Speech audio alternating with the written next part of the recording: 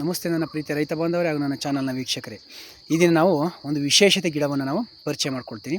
ಏನಪ್ಪ ಅಂದರೆ ನಮ್ಮ ಪ್ರಪಂಚದ ಜನಸಂಖ್ಯೆಯಲ್ಲಿ 99% ಜನಸಂಖ್ಯೆಗೆ ಈ ಗಿಡದ ಬಗ್ಗೆ ಗೊತ್ತಿರಲ್ಲ ಮಾಹಿತಿ. ಅದನ್ನು ನಾವು ಇವತ್ತು ತಿಳಿಸೋಕ್ಕೆ ಪ್ರಯತ್ನ ಪಡ್ತಾಯಿದ್ದೀವಿ. ಇದು ನೋಡಿ, ಈ ಗಿಡ ಅರ್ತ್ ಆಪಲ್ ಅಂತ ಇದು ಗಿಡದ ಹೆಸರು. ಕೆಲವರು ಕೇಳಿರೋದೇ ಇಲ್ಲ. ಭೂಮಿ ಒಳಗೆ ಬಿಡುವಂಥ ಆಪಲ್ ಅಂತ ನೋಡಿ.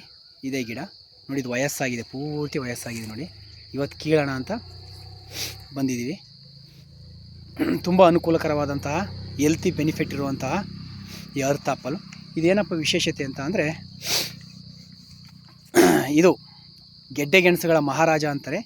ಹಾಗೂ ಆರೋಗ್ಯಕ್ಕೆ ಇದು ಹೆಲ್ತಿ ಬೆನಿಫಿಟ್ ಏನಪ್ಪ ಅಂದರೆ, ಆರೋಗ್ಯಕ್ಕೆ ಇದು ಯುವರಾಜ ಅಂತ ಕರೀತಾರೆ. ತುಂಬ ಅನುಕೂಲಕರವಾದಂತಹ ಗೆಡ್ಡೆ ಹಣ್ಣು ನಾವಿವತ್ತು ಪರಿಚಯ ಮಾಡ್ಕೊಡ್ತೀವಿ.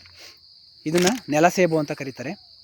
ಇದರಲ್ಲಿ ವಿಟಮಿನ್ ಎ, ಸಿ ಖನಿಜಾಂಶಗಳಿರುತ್ತೆ ಮತ್ತು ಪೊಟ್ಯಾಷಿಯಮ್ ಇರುತ್ತೆ.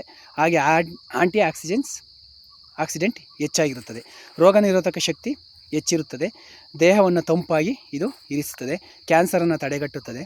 ರಕ್ತ ಒತ್ತಡ ಕಡಿಮೆ ಮಾಡಿ ಹೃದಯ ಸಂಬಂಧಿ ಕಾಯಿಲೆಗಳನ್ನು ದೂರ ಮಾಡುತ್ತದೆ. ಇದರಲ್ಲಿ ನಾರಿನಾಂಶ ಹೆಚ್ಚಾಗಿರೋದ್ರಿಂದಾಗಿ ದೇಹದಲ್ಲಿರುವ ಸಕ್ಕರೆ ಅಂಶವನ್ನು ಕಡಿಮೆ ಮಾಡುತ್ತದೆ. ಸಕ್ಕರೆ ಕಾಯಿಲೆಯನ್ನು ಕಡಿಮೆ ಮಾಡಿ ಜೀರ್ಣಶಕ್ತಿಯನ್ನು ಹೆಚ್ಚಿಸುತ್ತದೆ. ಮತ್ತು ಇದನ್ನು ನಾವು ತಿಂದರೆ ಹಸಿವನ್ನು ಕಡಿಮೆ ಮಾಡುತ್ತದೆ. ಹಾಗೆ ಹಲ್ಲುಗಳು ಶುದ್ಧಿ ಇರಿಸುತ್ತದೆ. ಹಾಗೂ ಹಲ್ಲು ವಾಸನೆ ಬರ್ತಾಯಿದ್ರೆ ಇದನ್ನು ತಿನ್ನೋದ್ರಿಂದಾಗಿ ಹಲ್ಲಿನ ವಾಸನೆಯನ್ನು ಕಡಿಮೆ ಮಾಡುತ್ತದೆ. ಹೊಟ್ಟೆ ತುಂಬಿದಂತೆ ಇದು ಭಾಸವಾಗುತ್ತದೆ. ಇದನ್ನು ತಿಂದರೆ ಹೊಟ್ಟೆ ತುಂಬಿದಂತೆ ಭಾಸವಾಗುತ್ತದೆ. ಹಾಗೆ ಇದು ಪ್ರಮುಖವಾಗಿ ನೆನಪಿನ ಶಕ್ತಿಯನ್ನು ಇದು ಹೆಚ್ಚಿಸುತ್ತದೆ. ಹಾಗೆ ಮರವನ್ನು ಕಡಿಮೆ ಮಾಡುತ್ತದೆ. ಊತ, ಮೂಳೆಗಳು ಗಟ್ಟಿಯಾಗಲು, ಹಾಗೆ ಚರ್ಮ ಮುಪ್ಪು ಬರದಂತೆ ಕಡಿಮೆ ಮಾಡಲು, ಹಾಗೆ ಕೂದಲಿಗೆ ಸಂಬಂಧಪಟ್ಟಂತಹ ಸಮಸ್ಯೆಗಳನ್ನು ಇದು ಬಗೆಹರಿಸುತ್ತೆ. ಇದು ಹೆಲ್ತಿ ಬೆನಿಫಿಟ್, ಎಲ್ಲ ಥರದ ವಿಟಮಿನ್ಗಳು ಇದರಲ್ಲಿ ಇರುತ್ತದೆ. ಇದನ್ನು ತಿನ್ನೋದ್ರಿಂದಾಗಿ ತುಂಬ ಅನುಕೂಲಕರವಾದಂತಹ ಮೆಡಿಷನ್ ಪ್ಲ್ಯಾಂಟೇಷನ್ ಆಗಿದೆ. ಇದು ನನ್ನಲ್ಲಿ ತುಂಬ ಗಿಡಗಳಿವೆ. ಇದು ಒಂದು 6 ತಿಂಗಳು ಗಿಡವನ್ನು ನೆಟ್ಟ 6 ತಿಂಗಳ ಹೊತ್ತಿಗೆ ಇದು ಫಲವನ್ನು ಬಿಡುತ್ತದೆ. ನೀವು ಪಾಟಲ್ಲಿ ಕೂಡ ಬೆಳೆಸ್ಕೋಬೋದು, ಅಥವಾ ಚೀಲದಲ್ಲಿ, ಸಿಮೆಂಟ್ ಚೀಲಗಳಲ್ಲಿ ಇದನ್ನು ಹಾಕಿ ಬೆಳೆಸ್ಕೋಬೋದು. ಇದು ಭೂಮಿ ಎಷ್ಟು ಲೂಜ್ ಇರುತ್ತೋ ಅಷ್ಟೇ ಫಲವತ್ತತೆಯನ್ನು ನಮಗೆ ಹೆಚ್ಚು ಗೆಡ್ಡೆಗಳು ಇದರಲ್ಲಿ ಬರುತ್ತದೆ. ಇದರ ಇನ್ನೊಂದು ವಿಶೇಷತೆ ಏನಪ್ಪ ಅಂದರೆ, ಇದನ್ನು ನೀವು ತಿಂದರೆ ಏನೋ ಒಂಥರ ಫೀಲಿಂಗ್, ಅಂದರೆ ಯಾವಾಗಲೂ ತಿಂದಿದ್ದೆ, ಚಿಕ್ಕ ವಯಸ್ಸಲ್ಲಿ ಇದನ್ನು ನಾನು ಟೇಸ್ಟ್ ಮಾಡಿದ್ದೆ ಅನ್ನೋ ಅಷ್ಟು ಫೀಲಿಂಗು ಇದರಲ್ಲಿ ಸಿಗುತ್ತದೆ. ಹಾಗೆ ಇದನ್ನು ಒಣಗಿಸಿ ಕೂಡ ತಿನ್ಬೋದು. ಇದನ್ನು ನಾವು ಎಷ್ಟು ಬಿಸಿಲಿಗೆ ಹಾಕಿ ಬೆಳಗಿನ ಬಿಸಿಲಿಗೆ ಹಾಕಿ ನಾವು ಒಣಗಿಸ್ದಂಗೆ ಪ್ರತಿದಿನ ಕಾಲ ಕಳೆದಂತೆ ಇದರ ಪೌಷ್ಟಿಕಾಂಶ ಹೆಚ್ಚಾಗುತ್ತಾ ಹೋಗುತ್ತದೆ. ಹಾಗೆ ಸಿಹಿ ಇರುತ್ತದೆ. ಇದನ್ನು ನಾವು ತಿನ್ನೋದ್ರಿಂದಾಗಿ ಎಲ್ಲ ಥರದ ಹೆಲ್ತಿ ಬೆನಿಫಿಟ್ ಇರುತ್ತದೆ. ಇದನ್ನು ನಾವು ಮೊಳಕೆಯಿಂದ ಹಾಕ್ಬೋದು, ಹಾಗೆ ಗೆಡ್ಡೆಯನ್ನು ಕಿತ್ತು ಹಾಕ್ಬೋದು. ಹಾಗೆ ಒಂದು ಗೆಡ್ಡೆಯಲ್ಲಿ 5-6 ಬೀಜವನ್ನು ಮಾಡಿ ಕೂಡ ಇದನ್ನು ನಾವು ಹಾಕ್ಬೋದು. ಇದು ತುಂಬ ಅನುಕೂಲಕರವಾದಂತಹ ಗೆಡ್ಡೆ ಗೆಣಸು ಆಗಿದೆ ನೋಡಿ. ಈ ದಿನ ನಾವು ಇದನ್ನು ಕೀಳೋದ್ರ ಮೂಲಕ ಈ ದಿನವನ್ನು ಶುಭಾರಂಭ ಮಾಡೋಣ.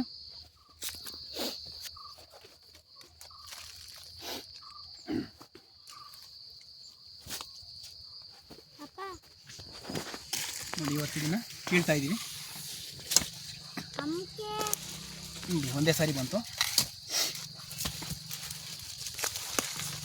ನೋಡಿ ಎಷ್ಟಿದೆ ಅಂತ.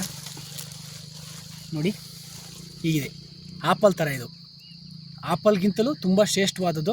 ಆಪಲ್ಗೆ ಏನು ಮಾಡ್ತಾರೆ ಅಂದರೆ, ಮೇಲೆ ಕರಗದಂತೆ ಸಿಪ್ಪೆಗೆ ಔಷಧಿ ಹೊಡೆದು ಕರಗದಂತೆ ಅದನ್ನು ಇಡ್ತಾರೆ. ಆದರೆ ಇದು ಹಂಗಲ್ಲ.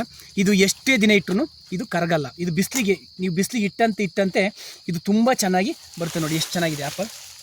ನೋಡಿ ಇವೆಲ್ಲ ನೋಡಿ, ಇದು ಆಪಲ್ ನೋಡಿ, ಇದು ಆಪಲ್ ನೋಡಿ, ಇಲ್ಲಿದೆ ಇದು ಆಪಲ್ ನೋಡಿ, ಇದು ಆಪಲ್ ನೋಡಿ, ಆಪಲ್ ನೋಡಿ, ಆಪಲ್ ಥರ ಇದೆ. ತುಂಬ ಚೆನ್ನಾಗಿರುತ್ತದೆ.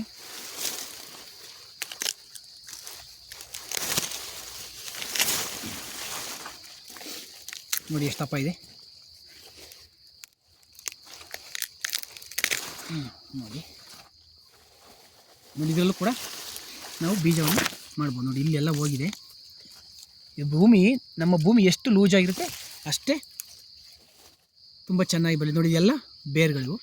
ನೋಡಿ ಇವೆಲ್ಲ ಕುಡಿ. ಇದನ್ನು ಹಾಕ್ತಂಗೆ ತುಂಬ ಚೆನ್ನಾಗಿ ಬರುತ್ತೆ. ನೋಡಿ ಇವೆಲ್ಲ ಮೊಳಕೆ. ಇವನ್ನು ನಾನು ಈ ದಿನ ಹಾಕ್ತೀನಿ. ಈ ದಿನ ಎಲ್ಲ ರೈತರಿಗೂ ಶುಭವಾಗಲಿ. ಜೈ ಹಿಂದ್, ಜೈ ಕಿಸಾನ್.